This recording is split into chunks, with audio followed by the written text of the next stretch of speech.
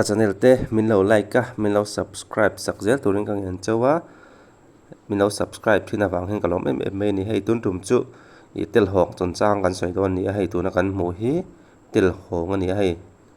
saphai te poyang khop me a rule saphai yang khop me nal khop me tuna mi po hi ka woi khat mu na ni a tuna aum danang tak hi chu hei na te ro la nei dona hei tuna mi hi hi tel hawng ani a tel hawng hi dam doi tha tak me ni a ke chu kan lo soi don ni ole tel hawng hi mi tam tak hian I sok te ati thak du a kan ti a kan ei tam du lo thina amai ro chu dam doi tha tak mai lo ni a hi heng pem hetiang ang septic tur ven nan te hina thra em mai a chu ba ka heng bacteria heng antibiotic a po hian aman thei vek ani tel hawng hi chuan tel hawng hi ril chak lo tan te po a tha khop mai a chuan ama hi rule tur tha nan te po hian tel hawng hi aman thei vek ani chuan adam doi le pakhata chuan tel hawng hi cholesterol sang ti re nan an mang thrin ni cholesterol sang chu a hlom zia kan hre kom hei bp sang te sugar sang te thlen thei tha khang ho ti niam nan khan ti sena thau tam thau sang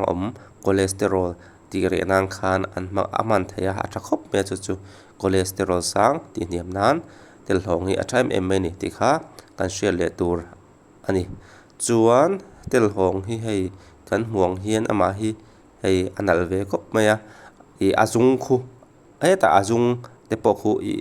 nakina tel hawng ai tak tak turang khana siam theya amai ro chu heng Southeast Asia cheng ho te chun hetiang akung te hitian an chan soma an pho rawa chu hetiang ang allergy ti vel te le hetiang ang ritlang en kol nan te hian an hmanga chuwang chon he dam doi hi ritlang dam doi a po alo tha khop mai tel hawng hi zun konga hnai ti vel heng kalna nei dan te po hen alo tha khop mai a ama hi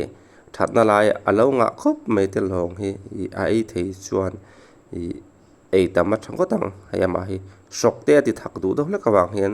kan ei tam du lo thina amai ro chu ama hi siam thiam chuna tuim em mai a hei azung hi khu ta khona zunga khon bok do amanga leitoi khon khu an siam thin khania kan sheve komme